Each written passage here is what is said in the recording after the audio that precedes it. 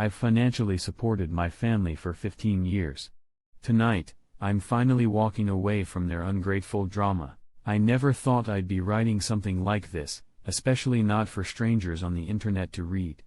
But after what happened at my mother's 65th birthday dinner last night, I honestly have nowhere else to turn.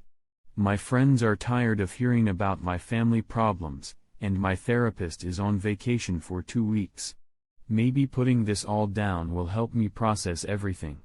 Or maybe I just need someone to tell me I'm not crazy for what I'm about to do. I'm the middle child of 3 siblings, my older brother Jake, 39, me, 36, and my younger sister Melissa, 32. We grew up in a modest household in a small Midwestern town. Our parents weren't wealthy by any means, but they provided what they could. Dad worked at the local factory for 30 years, and Mom was a part-time receptionist at a doctor's office. They were loving parents, but they always had a clear favorite, Melissa, their baby girl who could do no wrong. Jake and I accepted this dynamic growing up. He escaped to college on a partial athletic scholarship when I was 15, and I followed 3 years later on an academic one. We both worked our way through school, taking on student loans that would follow us for years. Meanwhile, Melissa had her entire education funded by our parents, who took out a second mortgage on their house to pay for her to attend an expensive private university where she changed majors 4 times before settling on communications. I don't resent my parents for this. They did what they thought was best with what they had. What I do resent is how this pattern has continued into our adulthood. 15 years ago, just as I was getting established in my career as a software engineer, our dad was laid off from the factory after it was bought by a larger corporation. Within months, our parents were struggling financially. Their retirement savings weren't enough, the mortgage payments were behind, and medical bills were piling up because Dad needed surgery for his back issues caused by decades of factory work. I was 21, fresh out of college, and had just landed my first decent-paying job.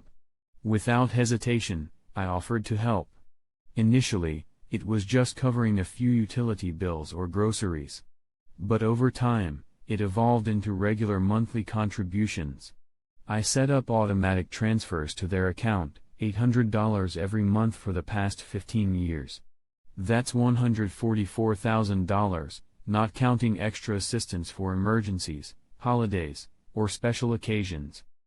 Jake helped when he could, but he has 3 kids and a stay-at-home wife to support on his teacher's salary. He sends what he can around holidays, maybe $500,1000 a year total. And Melissa? She's never contributed a dime. Not once in 15 years.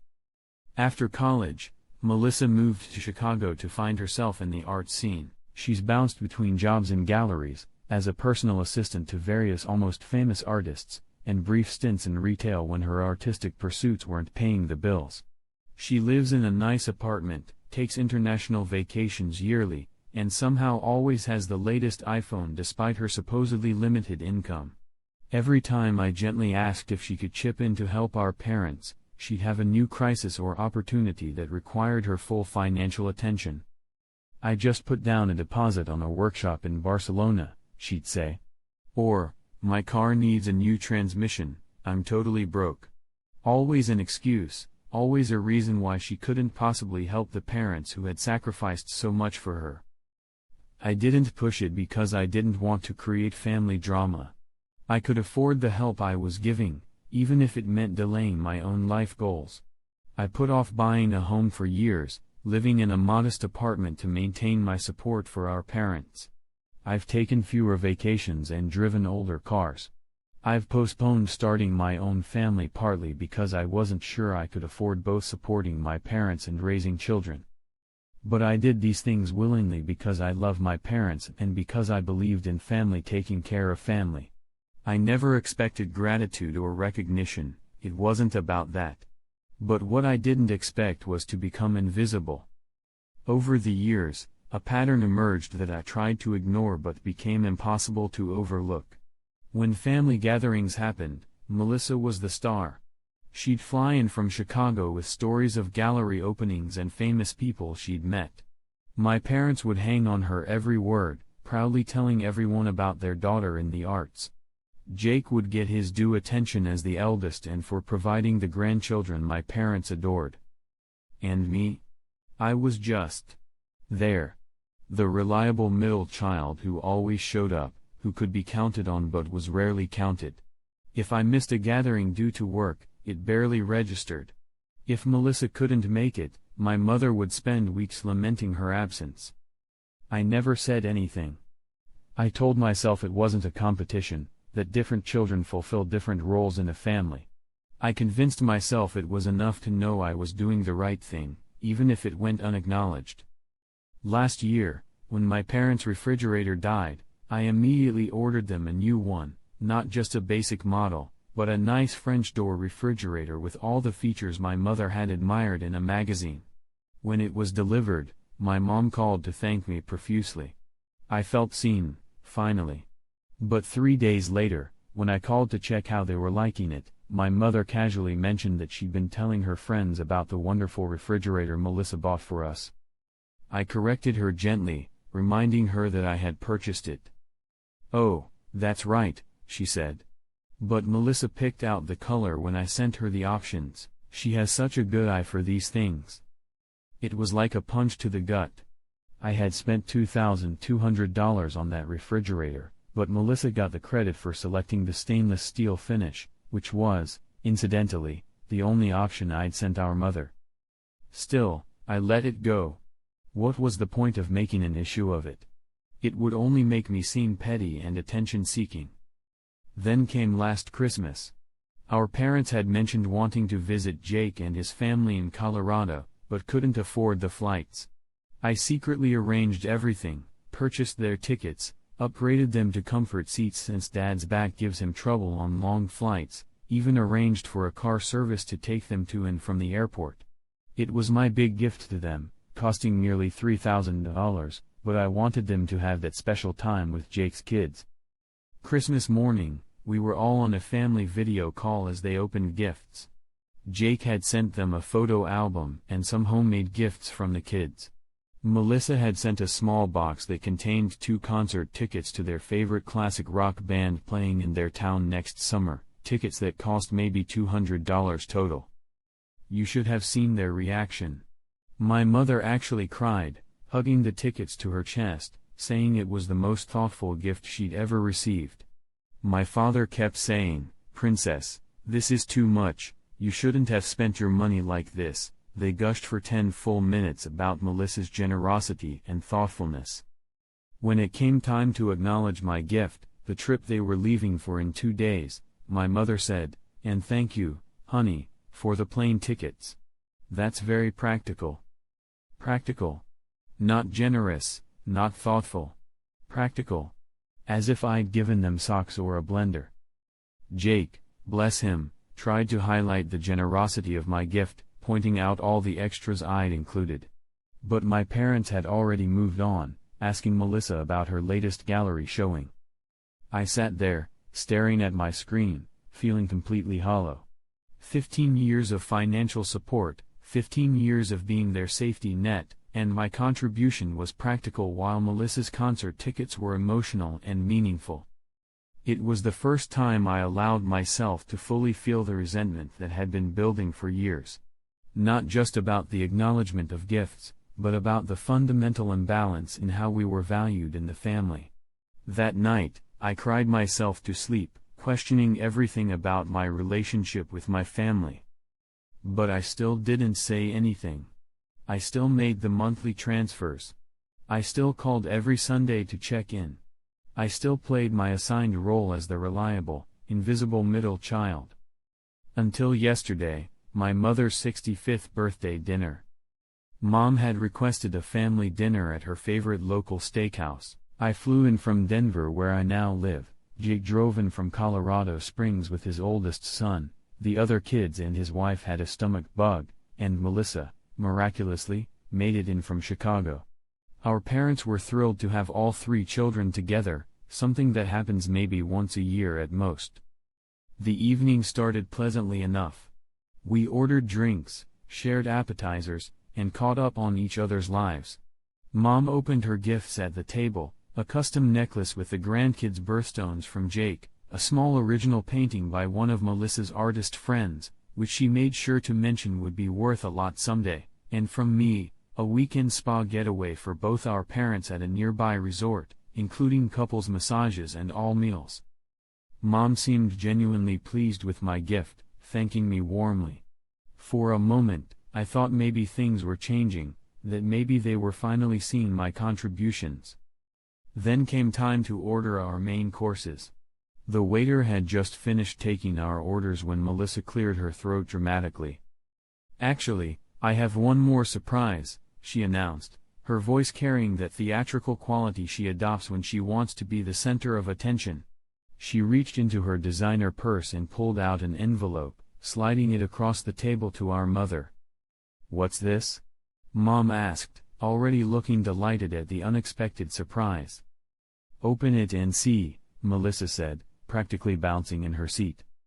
Inside the envelope were 2 plane tickets to Italy. Mom gasped, looking from the tickets to Melissa with wide eyes. "I know you and Dad have always wanted to go to Italy," Melissa continued.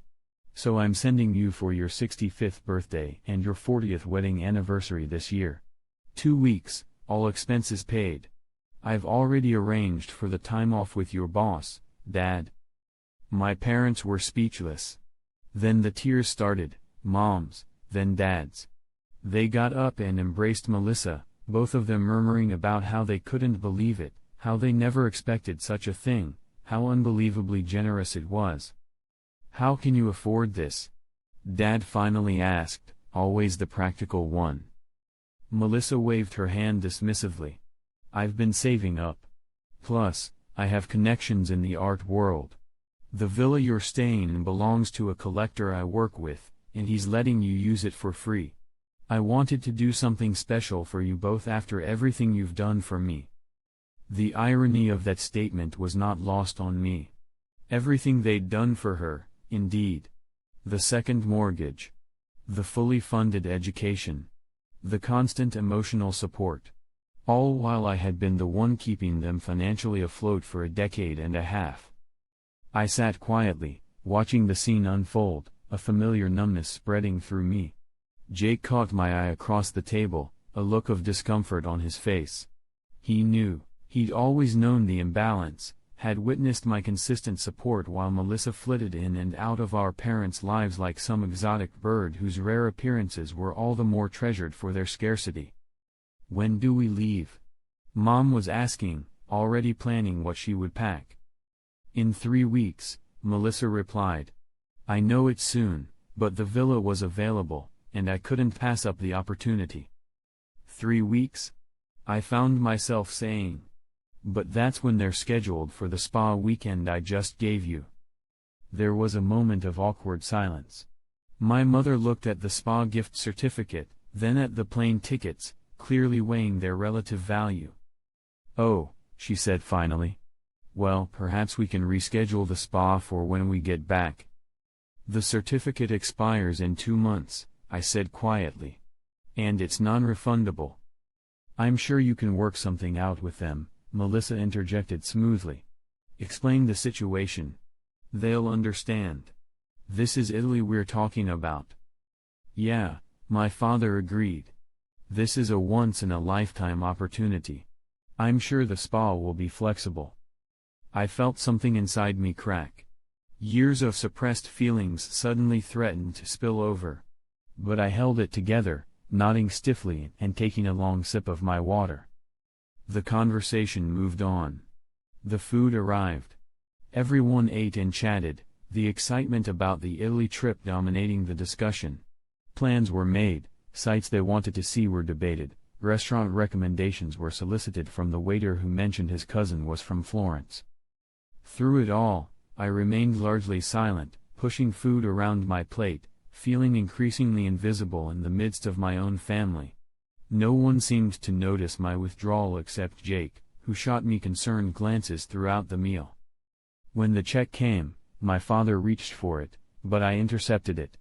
"I've got this," I said, pulling out my credit card. It was a $500 dinner, but what was $500 more after $144,000? You don't have to do that, my father protested weakly. I want to, I replied. It's Mom's birthday.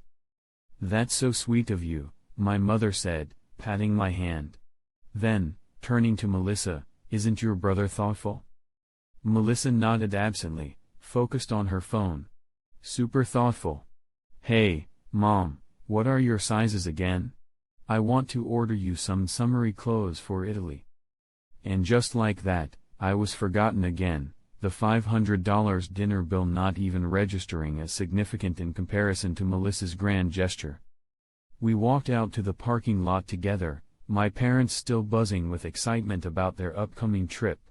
As we prepared to part ways, Melissa suddenly said, "Oh, I almost forgot to ask, would you guys be able to help me with my rent next month? The gallery is between shows, so things are a little tight financially." Without hesitation, my father said, "Of course, princess. Whatever you need." I froze in the process of unlocking my rental car. Everything suddenly clicked into place. The extravagant trip. The designer purse. The new highlights in her hair that probably cost $300. The connections in the art world. "You're paying for their trip with my money," I said, the words coming out before I could stop them. Everyone turned to look at me, confusion on their faces. "What are you talking about?" Melissa asked. The dam broke. 15 years of suppressed feelings came pouring out. "I've been sending Mom and Dad $800 every month for 15 years, I said, my voice surprisingly steady despite the emotion churning inside me. "That's almost $150,000. Money that helped pay the mortgage when Dad lost his job. Money that covered medical bills and car repairs and Christmas presents. Money that allowed them to help you whenever you needed it. And now you're using their financial dependence on me to fund an extravagant gift that makes you look like the generous one?" Silence fell over the parking lot. My parents looked stunned. Jake was staring at the ground, clearly uncomfortable but not surprised. Melissa's expression shifted from confusion to defensive anger. "That's ridiculous," she scoffed. "I saved up for this trip. It has nothing to do with you." "Really?" I countered. "So you can afford 2 international plane tickets, but you need help with rent? You can buy a $2,000 purse, but you've never once in 15 years contributed to our parents' monthly expenses." "I don't have to explain my finances to you," Melissa snapped. "Just because you choose to throw your money around doesn't make you a martyr." "Melissa." My mother gasped. "Don't speak to your brother that way." "No, let her," I said. "At least it's honest. That's how you all see me, isn't it? The reliable ATM who funds everyone's lives but doesn't need appreciation or acknowledgement." "That's not true," my father said, but his eyes couldn't meet mine. "We appreciate everything you do." "Do you?" I asked, suddenly tired to my bones. "Because it doesn't feel that way. It feels like my contributions are expected, taken for granted, while Melissa swoops in with grand gestures funded by my consistent support and gets all the emotional rewards." "We love all our children equally," my mother said, tears in her eyes. "I believe you love us equally," I replied. "But you don't value us equally. And I'm done pretending that doesn't hurt." I took a deep breath, feeling lighter than I had in years despite the tension of the moment. "I'm going back to Denver tomorrow, and when I do, I'm making some changes. The monthly transfers are stopping. I've supported this family financially for 15 years while putting my own life on hold. That ends now." "You can't be serious," my mother said, looking genuinely frightened for the first time. "We depend on that money." "I know you do," I said gently, "and I'm not cutting you off completely. I'll help with true emergencies. But the regular support is done. It's time for all of us to adjust our expectations and relationships." My father had gone pale. "But how will we make the mortgage payment?" The same way other people do, I replied. You'll need to budget, maybe downsize, definitely stop funding Melissa's rent when she claims to be short. I'm sure the three of you can figure it out together. Melissa was glaring at me now. You're just jealous because they were excited about my gift, she spat. This is so petty. I actually laughed at that, surprising even myself. Melissa, your gift was purchased with my money, filtered through our parents. There's nothing to be jealous of. I turned to Jake, who had remained silent throughout the confrontation. I'm sorry you had to witness this. He shook his head. Don't be. It's been a long time coming. And for what it's worth, I think you're right. That simple validation from my brother nearly broke me, but I held it together. I love you all, I said, looking at each of them in turn. But I need to love myself too. And this dynamic isn't healthy for any of us. I got in my car and drove away, leaving them standing in the parking lot. Through my rearview mirror, I could see my mother crying, my father comforting her, Melissa gesturing animatedly, and Jake standing slightly apart, watching my car disappear. Back at my hotel, I did something I've never done before. I blocked all their numbers on my phone, just for the night, to give myself space to think without the inevitable barrage of calls and texts. Then I opened my banking app and canceled the automatic transfer scheduled for the 1st of next month. For the first time in 15 years, that money would stay in my account. I could use it toward the down payment on the house I've been wanting to buy. I could put it toward my own future, my own dreams. I'm sitting here now, in this generic hotel room, feeling an odd mixture of guilt, relief, grief, and liberation. Part of me wants to unblock their numbers, call my parents, and tell them to forget everything I said, that I'll continue the payments, that nothing needs to change.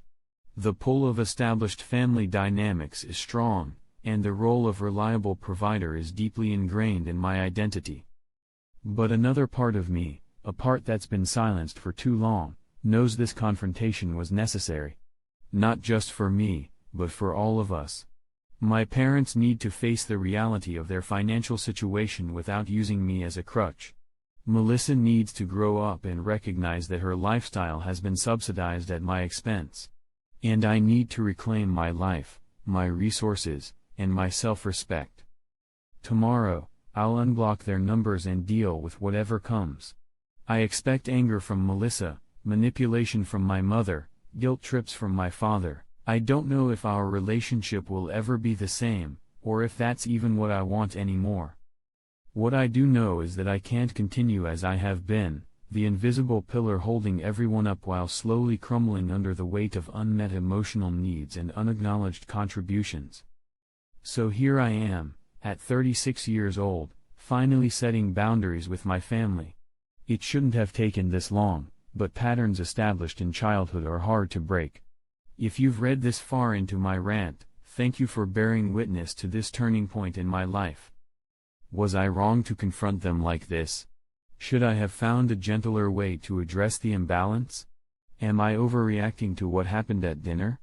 Any perspective would be appreciated because right now, all I have is the certainty that something needed to change, even if I'm questioning the way I went about it. Update: next morning.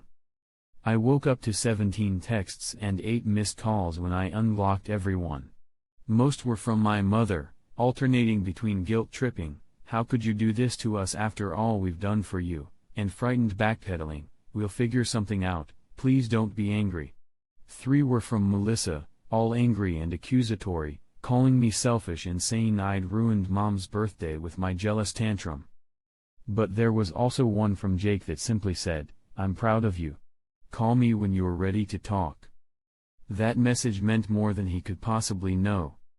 I also had an email from my father, more measured than my mother's texts, acknowledging that they've come to depend on my financial support perhaps more than they should have, but also expressing fear about how they'll manage without it.